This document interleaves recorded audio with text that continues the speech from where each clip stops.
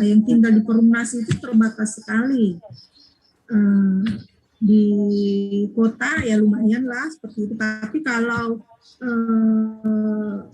ada pemadaman listrik bergilir juga kami kewalahan seperti itu. Jadi memang semuanya harus menyesuaikan dengan kondisi sekolah masing-masing. Ada juga kemarin yang menggunakan greeting card yang ya bisa jadi ada sedikit kontroversi yang dikatakan apakah greeting card masih dipakai saat ini. Ya memang jawabannya masih, greeting card itu meskipun bukan lagi dalam bentuk yang sedikit ya, sekarang kan sudah dipercantik seperti itu. Iya.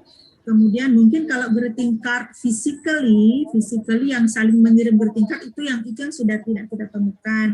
Tapi greeting card yang ya bentuk bucket.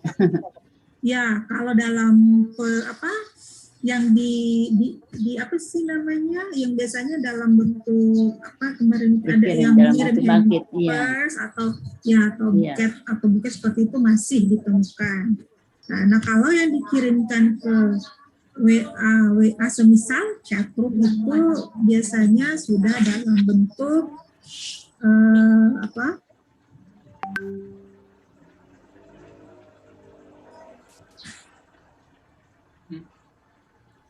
yang lebih modern, misal menggunakan desain Canva atau aplikasi lainnya seperti itu.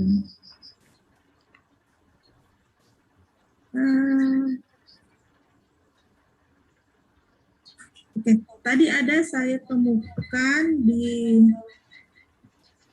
komponen penilaian itu yang nomor 10, TIPEC dihubungkan dengan revolusi industri 4.0. Di sini saya kalau bisa ya,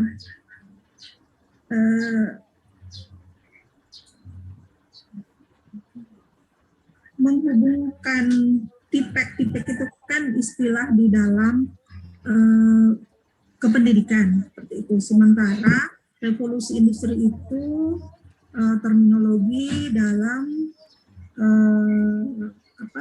ekonomi ya, perkembangan ekonomi, dalam hal ini revolusi industri. Nah, saya pernah mencoba sedikit review about this one. Kenapa sih kita harus menghubungkan kemampuan TIPEC ini dengan kemajuan revolusi industri? Sementara revolusi industri itu kebanyakan talking about mesin. Nah, sementara kita dunia pendidikan itu we are talking about human, seperti itu. Jadi satu kontradiksi yang berbeda. Nah, kenapa sementara kita dunia pendidikan itu mengenal bahwa ada rainbow, itu pelangi skematik tentang tuntutan pembelajaran abad 21, mungkin Bapak Ibu sudah pernah melihat itu, ada yang bentuk pelangi itu ya, di situ di dalamnya ada 4C yang yang dikemukakan secara gamblang di dalamnya, bahwa saat ini perkembangan pendidikan itu merujuk kepada perkembangan pendidikan abad 21. Jadi lebih pasnya sih di situ. Tapi itu bukan kesalahan Bapak Ibu, karena selama ini memang saya masih mencari ini kok kenapa kita selalu diarahkan ke revolusi industri begitu. Apakah entah mungkin para pakar kependidikan kita menuntut bahwa perkembangan pendidikan harus seiring dengan perkembangan industri seperti itu. Sementara yang kita alami saat ini bahwa we are talking about industry, then we have to talk about machine, seperti itu.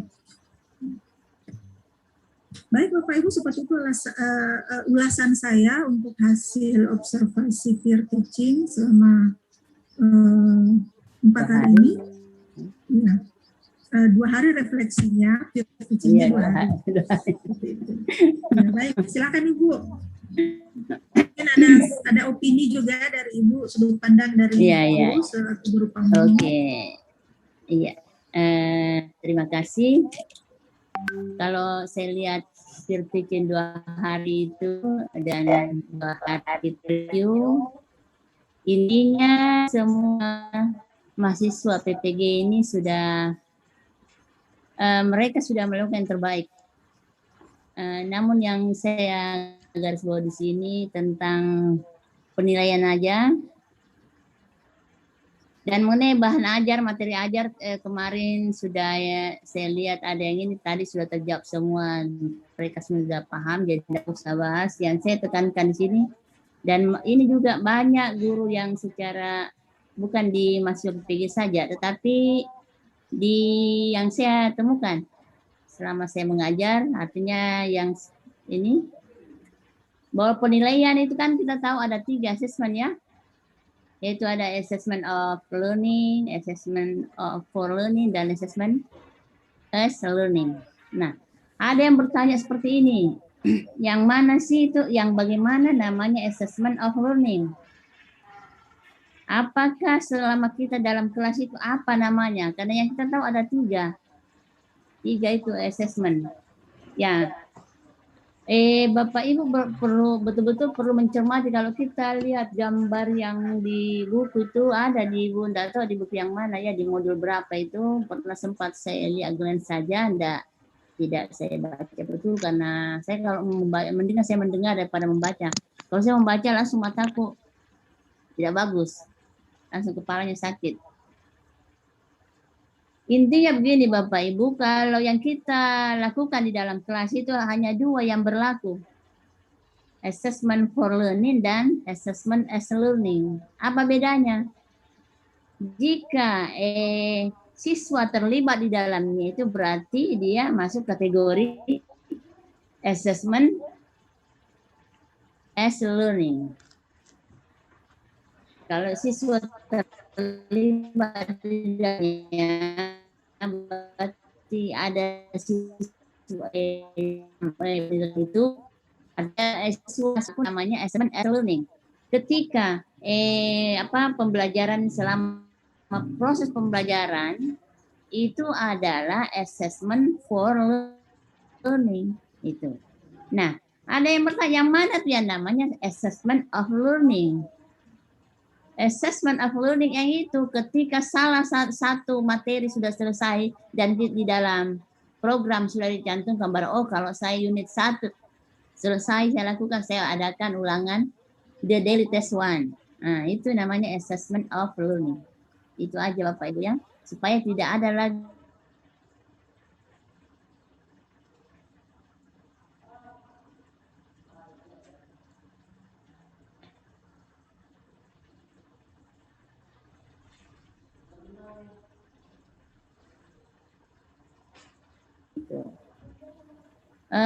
dan mengenai yang ini yang juga ini benar dikatakan Ibu dosen tadi bahwa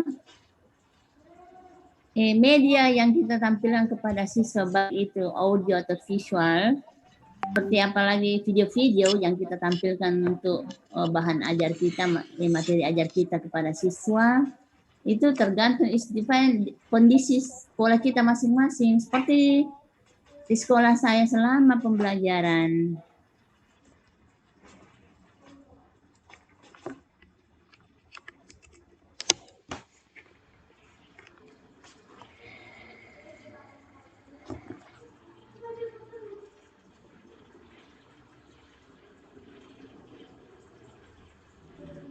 gambar-gambar melalui WA saja dan dengan record itu suara saya, nah baru bisa. Kalau bilang full time itu dengan video tidak cukup kalau melalui daring, kecuali kalau luring bisa.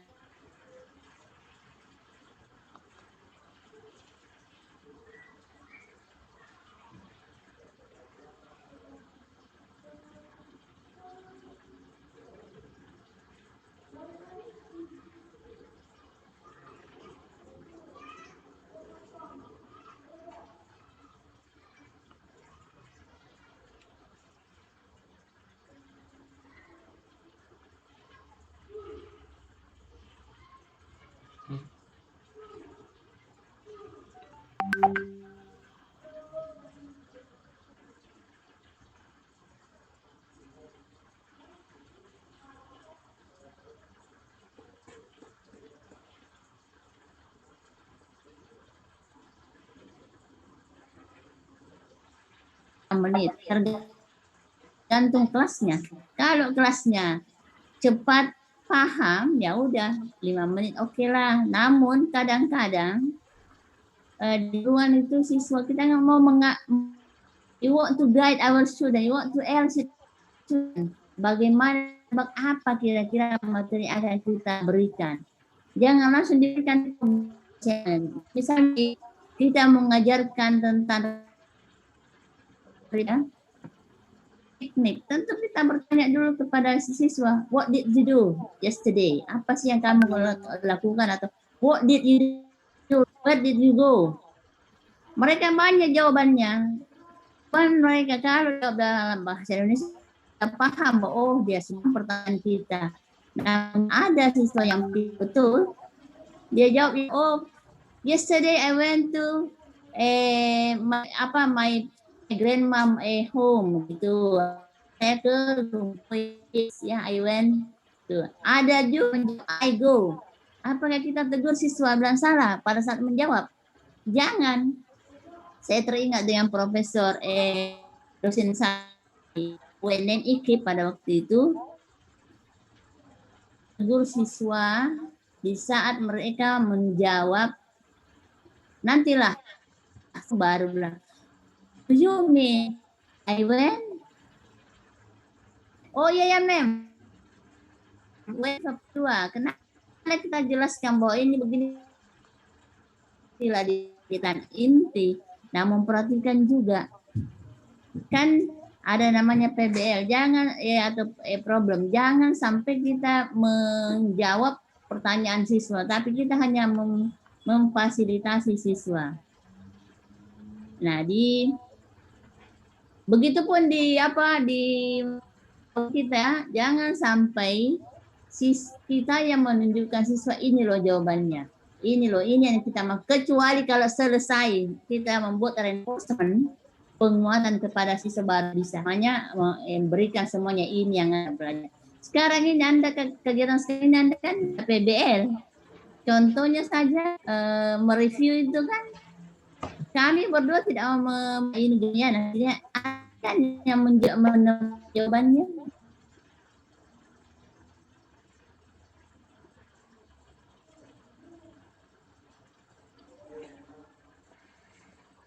Temukan jawabannya. Nah, inilah prosesnya namanya PBL.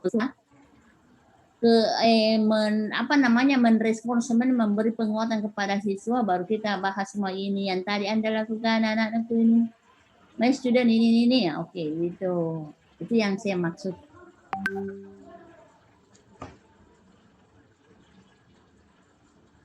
Itu yang saya maksudkan. Dan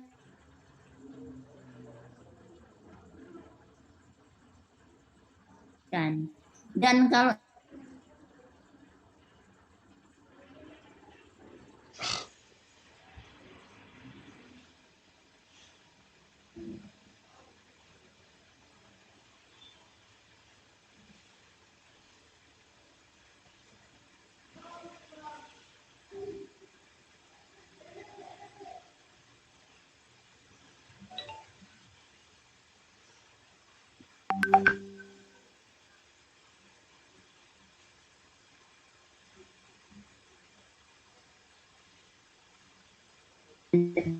bertugas, tolong dong ada nilai sampai di sini doang, hanya ketika di PPG ajar bisa menampilkan yang terbaik. Begitu Anda tiba di sekolah mengajar dengan apakah itu luring atau daring, harus the best of the best. Harus ada perbedaan di antara guru-guru yang teman-teman sejawat Anda di sana. Karena Anda sudah melalui pelatihan. Itu harapan saya. Saya kira juga semua dosen mengharapkan demikian. Intinya Anda sudah hebat deh.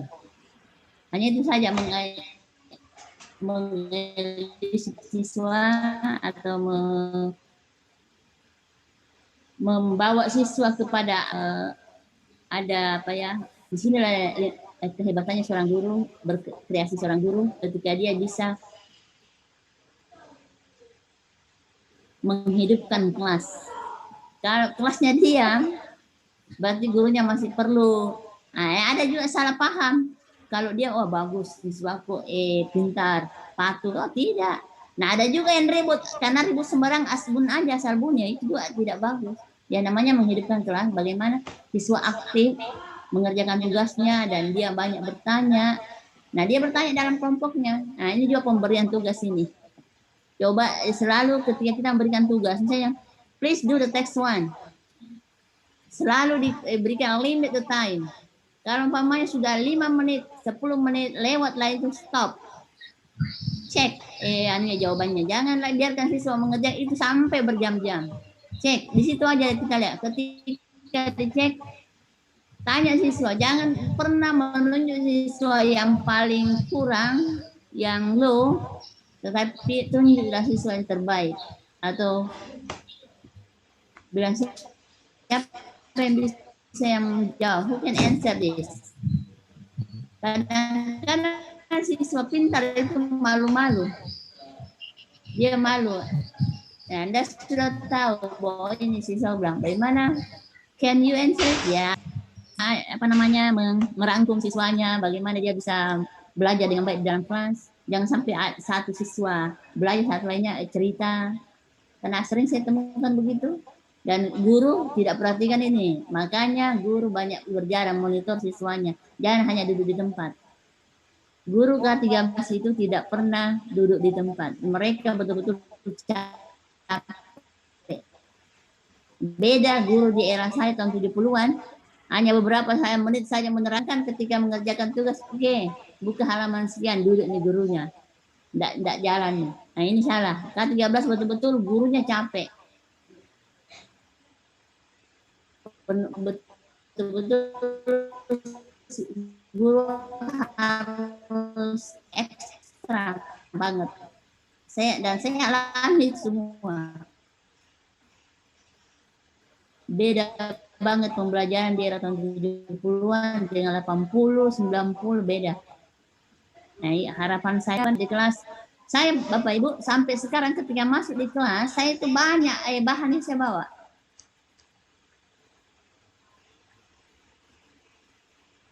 Mulai dari alat peraga yang masih di era saya gunakan kalau saya masuk di kelas yang kurang.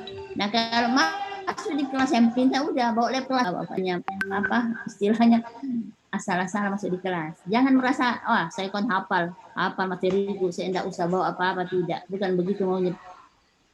Siapa nih pengawas dari provinsi, siapa namanya itu, Pak Sampai kalau tidak salah ya.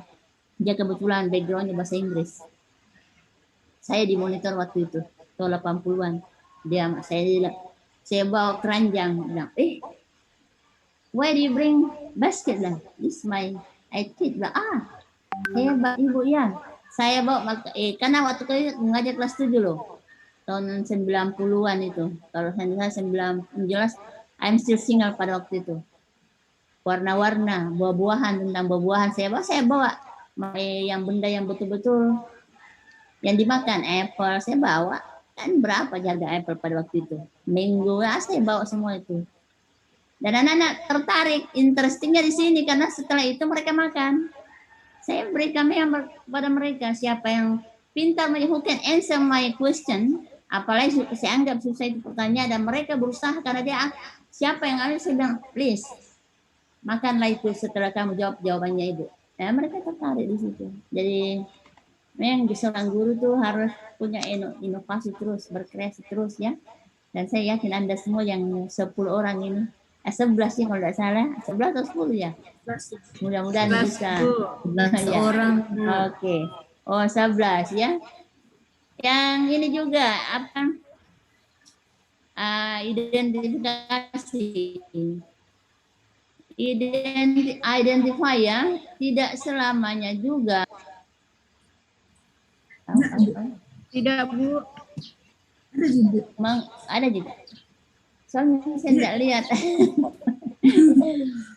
Mengidentifikasi tingkat SMA bukan lagi bukan identify ya, tapi compare. Nah, compare bisa saja, membandingkan bisa saja identifikasi.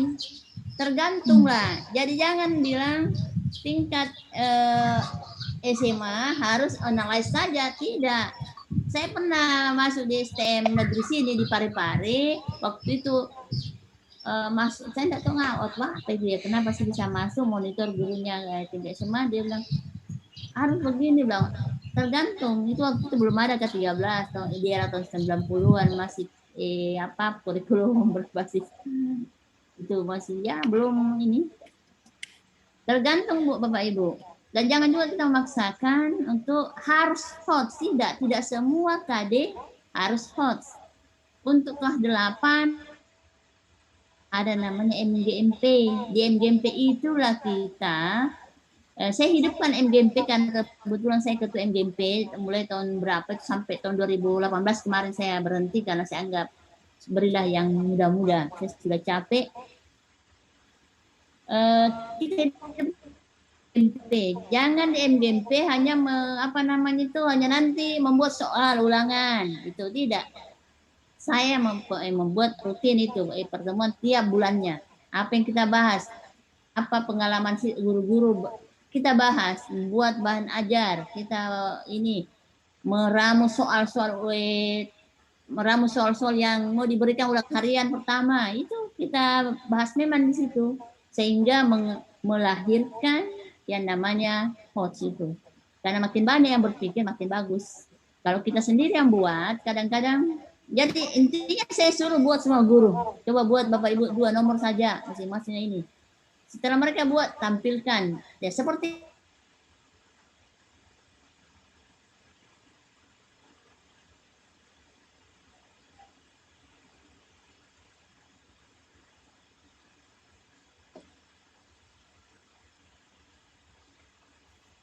di sekolah saya dengan SMP 2, SMP 1 beda siswanya. Jadi it depend your school ya, jangan memaksakan siswa tak. Yang penting guru bahasa Inggris harus berbahasa Inggris. As English teachers harus, jangan, ini pesannya nih Pak pengawas dari provinsi, jangan katanya berbahasa Indonesia terus dalam. Usahakan apapun itu Bu. Kalau siswanya tidak ngerti, translate apa yang Anda katakan tadi.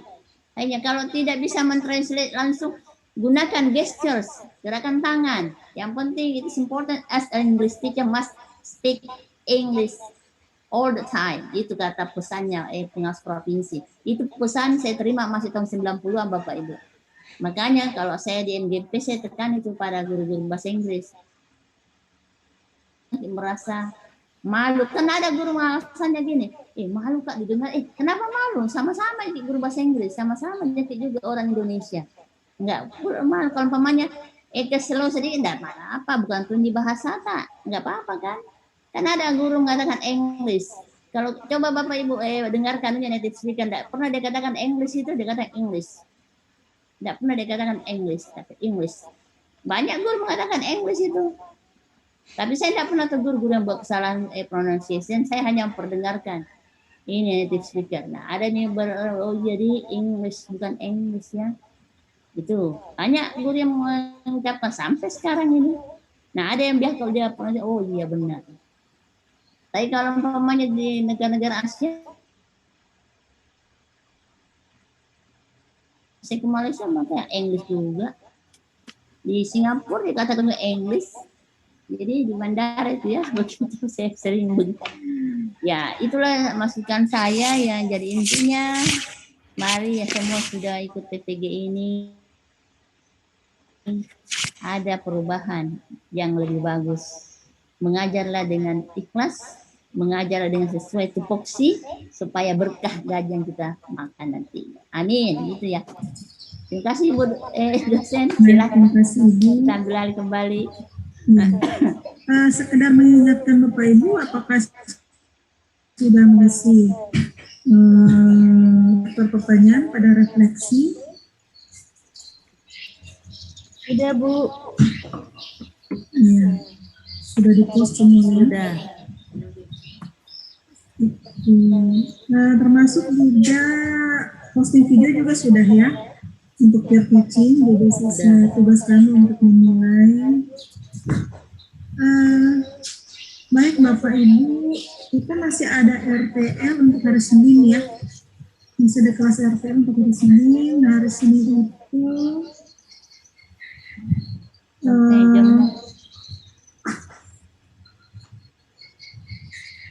bentar saya cek untuk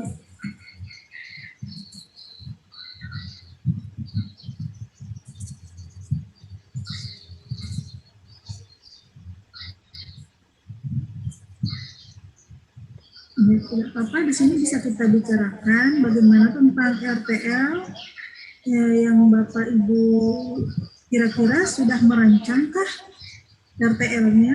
RTL itu persiapan TPL ya Bapak Ibu? Belum paham Bu yang belum paham Ibu. Apanya belum dipahami? RTL dimaksud di sini begini ya Ibu, Bapak Ibu, termasuk pemilihan sekolah yang akan Bapak Ibu pilih sebagai lokasi TPL. Seperti itu. Apakah di sekolah masing-masing, karena ini tidak menutup kemungkinan Bapak Ibu boleh, kalau misalnya tidak memungkinkan di sekolahnya, itu boleh sekolah teman yang lain atau sekolah yang berdampingan dengan sekolahnya Bapak Ibu. Ini untuk persiapan PPL itu ya. PPL. Ya. Kemudian juga yang perlu dipersiapkan itu perangkat. Ya, when we are talking about perangkat itu mulai RPP, bahan ajar, termasuk evaluasi ya, seperti itu, Bapak Ibu sudah disiapkan dari sekarang. Jadi untuk rancangannya silakan Bapak Ibu untuk mempersiapkan informasi tersebut. Kami tunggu untuk dipresentasikan pada hari Senin ya. Seperti itu. Di mana sekolah yang akan ditempati, kemudian alasan memilih sekolahnya seperti apa, itu bolehlah di-share di kelas Zoom kita. Kemudian perangkat yang akan digunakan ya. Ada contoh formatnya ya? Tidak, dibuat biasa saja, laporan biasa saja. Tidak ada format, karena kalau yang di LMS itu hanya sekedar menjawab pertanyaan ya. Tapi untuk kelas kita, kelas Zoom kita hari Senin itu cukup penampilan yang seperti tadi, tabel biasa seperti tadi dan Microsoft Word. Aku boleh mau menggunakan PowerPoint juga boleh. Nah, di situ dilaporkan ada berapa siswa yang akan dihadapi, kemudian format. Bukan format, tapi bagaimana kelasnya mau online atau offline, seperti itu. Atau di blended, boleh mungkin ada sekolah sudah menawarkan blended, segera dilaporkan ya, seperti itu. Pak Ibu, kemudian termasuk perangkat yang akan digunakan, tadi saya sudah sampaikan. Oh iya, setelah RTL itu tanggal 24 ya. Hari Senin itu 24. Nah, Selasa itu apakah sudah mendapatkan informasi siapa yang menguji Bapak Ibu untuk kelompok 2? Sudah oleh siapa? Sudah Bu. Pak Fatahudin. Sudah untuk kelompok 2 Ibu, jadwalnya hari Kamis. Oh, Kamis. Oke. Iya, sama Pak yang saya Nasrullah sama Pak Rahman. Pak Nasrullah. Pak Rahman. Oh, iya. Ali Wira Rahman. Bukan. Pak Nasrullah sama Pak Fatahudin. Ali Wira Rahman. Ali Wira Rahman. Ya. Berarti terkat itu ya. Terkat namanya ke bawah gitu ya. Iya. Ali Wira Rahman. Iya. Kalau yang saya uji 2 Bu. Iya, saya dapatnya Selasa. Kan Rabu kan libur. Saya dapatnya Selasa. Berapa ini? Masih berapa ini? Kelompok berapa ini? Kelompok 3 kayaknya. Kelompok 3 men. Kelompok 3 ya? Yang teman-teman ini Supriyadi, Alfida, Rahmawati, Evi. ada 11 orang juga. Kelompok 3, Bu. Iya. Mau tanya bisa, Bu? Ya, silakan. Nanti di kompre itu apakah kita praktek mengajar lagi atau hanya review perangkat, Bu? Kalau yang saya lihat arahan yang diberikan di LMS ini, ya ada praktek mengajar. Iya. Kan ini satu jam ya, satu mahasiswa itu 1 jam Mengajar mereka. Ya, kemudian ada juga materi tentang apa yang tempoh hari pedagogi. Jadi nanti diuji lisan, boleh jadi ada pertanyaan terkait pengetahuan umum tentang pedagogi, kemudian konsentrasi pada bidang ilmu seperti itu.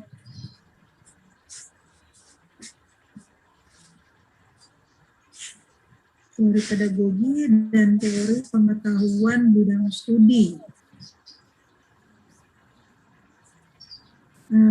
Di sini di LMS-nya kalian belum terbuka kah? Kalau di kami sudah terbuka ini. Mahasiswa memilih dua dari 3 set dokumen pembelajaran yang dibuat pada tahap perancangan pembelajaran. Kemudian dosen menguji secara lisan, baik daring ataupun luring. Seperti itu. Tapi seperti ini kami diarahkan untuk daring saja. Nah, materi ujian mencakup materi bidang studi, kemudian materi yang mendukung HOTS, materi pedagogi, dan pengintegrasian TIK di dalam perangkat pembelajaran. Di LMS-nya Bapak Ibu seperti apa? Ada atau tidak? Belum bisa terbuka, Ibu. Belum Kami bisa bisa ya? mengakses sampai di RTL saja. Masih RTL. Jadi kurang lebih seperti itu gambarannya. Bapak Ibu itu nanti akan diminta mengunggah 2 dokumen. Jadi kan nanti ada 2 penguji. Selama ini kan Bapak Ibu diminta membuat 3 dokumen pembelajaran ya, seperti itu. Jadi yang diunggah itu 2. Persiapkan segala sesuatunya. Kemudian tadi saya melihat ada beberapa kendala teknis. Jadi dimohon kepada Bapak Ibu untuk meminimalkan segala sesuatu yang bisa mendistract fokus Bapak Ibu pada saat ujian di tanggal yang sudah ditentukan. Jadi semisal di tempatnya Bapak Ibu ada gangguan sinyal, bolehlah sedikit melipir ke kota yang ada hotel kah? Bisa rame-rame di situ atau ada sekolah. Itu tahun lalu kejadian seperti itu Bapak Ibu. Mereka sudah mengeluh, Ibu bagaimana ini? Saya bilang solusinya ya silakan mencari hotel, kamar hotel gitu. Kamar hotel kan ada wifi. Kemudian jangan bawa anak. Jangan bawa anak dulu 1 jam saja Bapak Ibu. Jangan bawa anak, khawatirnya Bapak kan kalau Bapak Ibu tidak lulus hukum itu nggak bisa lanjut ke tahap berikut, kan kasihan. Gitu. Masih banyak tahapan di setelah hukum ini. Bahkan ada naik gunung. Iya, betul. Bagusnya ini Bapak Ibu kan bukan dari daerah 3T ya? Iya, bukan 3T. Iya, yang tahun lalu itu kasihan Bu. Iya, adalah. Iya, dari Maluku, dari mana pokoknya, aduh kasihan betul. Tapi mereka berupaya semaksimal mungkin untuk itu. Nah, saya bukan, mohon maaf ya, jangan didefinisikan bahwa saya menganggap anak itu mengganggu, tidak. Tapi minimal seperti inilah konsentrasi kita yang kadang terbagi seperti itu. Iya, betul. Jadi diminimalkanlah semua kendala teknis itu ya, Bapak Ibu, supaya kan kita semuanya mau lulus, niatnya kan kita semua mau lulus begitu. Jadi minta tolonglah bantuan ke orang orang terdekat kita, tolong bantulah jaga anak saya, tolong bantulah pekerjaan di rumah, saya tidak mencuci untuk 1 hari itu saja, gitu.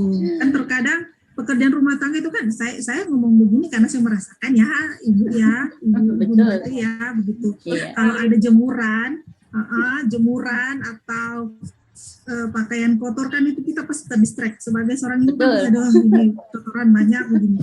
Terus cucian piring masih menumpuk sudahlah pokoknya kita cuekin saja dulu lah 1 hari itu. Pokoknya di mana ada jadwal ujian kita acuh dulu lah, kita fokus ke ini. Ya. Karena terkadang kalau terlalu banyak cabang pikiran itu malah tidak maksimal kita di satu aktivitas begitu. Nantilah kalau sudah ujian kita baru menyelesaikan pekerjaan rumah. Itu ya saran saya Bapak Ibu. Bapak mungkin ya agak sedikit bebas. Mama ini yang kadang urusannya terlalu multitaskingnya ini sudah level tinggi gitu ya. Baik Bapak Ibu, masih adakah? Ibu boleh bertanya? Ya silakan.